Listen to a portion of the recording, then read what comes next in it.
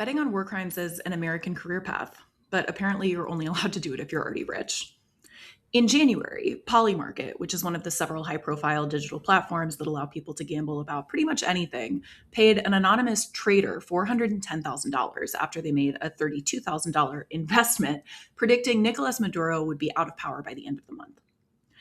The trader made this prediction a few hours before news broke that the United States had abducted Maduro, so some eyebrows were raised.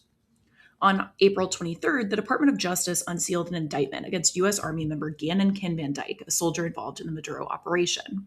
He helped with planning and execution of the raid, and he's the one who placed the bet. Van Dyke using insider information to bet on the military abduction of a world leader is outrageous.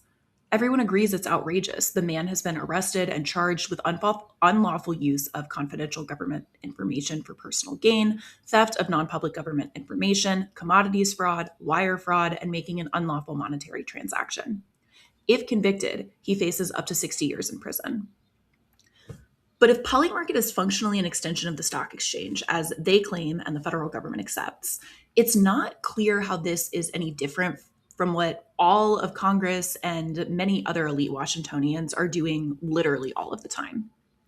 Sometimes they're enriching themselves on these prediction markets specifically. Press Secretary Carolyn Leavitt abruptly ended a January 7th press conference seconds before a Kalshi threshold was reached because there's a futures market on the length of her press conferences.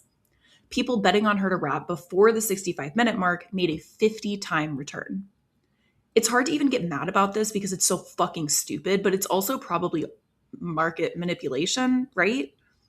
In February, a still unidentified Polymarket trader made $553,000 off bets related to strikes on Iran. There are regular surges of activity on Kalshi and Polymarket immediately before the president puts up Truth Social posts about the war. Much more common, though, is misuse of traditional markets. Secretary of War Pete Hegseth allegedly directed his financial advisors to invest heavily in defense stocks before the start of the Iran war. Hegseth denies the allegations. The investment was already flagged for internal review by BlackRock and did not take place. Trump family business ventures have aggressively invested in things like cryptocurrencies and drone companies as the administration deregulates crypto and starts wars. Donald Trump Jr. and Eric Trump have increased their personal wealth by hundreds of millions of dollars since the 2024 election.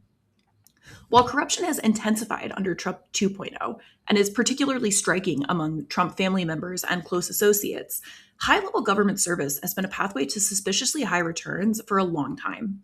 Nancy Pelosi's high-performing stock portfolio famously spawned a tracker where everyday traders could mimic her trades. In 2017, Professor Jonathan Click looked at Congresspeople's financial holdings, compared them to other wealthy people's financial holdings to control for the possibility that the wealthy might have better financial advisors, and found that, quote, the average wealth of representatives grew over the 2004 to 2014 period in real terms at a rate almost 7 times that of the 95th percentile of U.S. wealth holders, end quote. As the current administration abandons even the performance of propriety in financial transactions, it's difficult to imagine these numbers are improving. Apparently, you can only do insider trading on acts of war without legal repercussions if you are an elected official or a county-level appointee.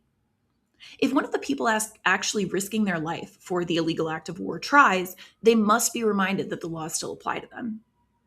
For now, this is true specifically to insider trading, if not true regarding international law about when you're allowed to parachute into another country and kidnap their leader.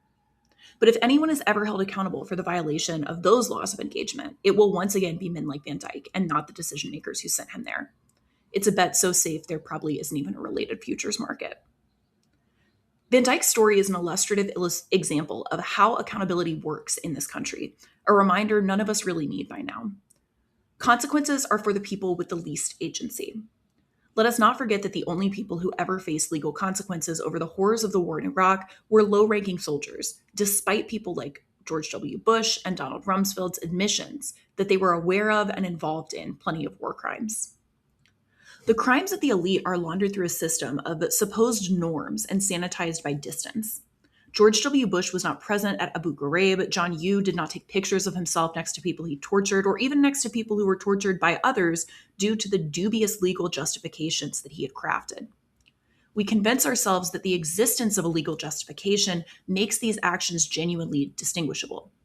Somehow we forget who writes the laws. The people who are so senior as to be far removed are, of course, the most culpable. I am troubled deeply by anyone enriching themselves off of murderous and illegal acts of aggression towards another country, but I am more troubled by the people who have the power to order or to stop these acts of aggression doing so. There's no perverse incentive for Van Dyke to drum up additional conflicts for the sake of his stock portfolio because he doesn't have the power to start additional conflicts. There is no chance he is proceeding with the operation for the sake of his Polymarket bet because he can't make the decision to call it off. He's just following orders, and that's not a defense, but it's also not the same as giving them. Van Dyke should absolutely be held accountable for profiting off war. So should most of our government. Imagine if we started there. And if you're looking for more critical, legal, leftist analysis, make sure to subscribe wherever you're consuming this video. My name is Rachel. I'm an attorney. This is not legal advice, but it certainly is colored by that legal education. And I'll see you again soon.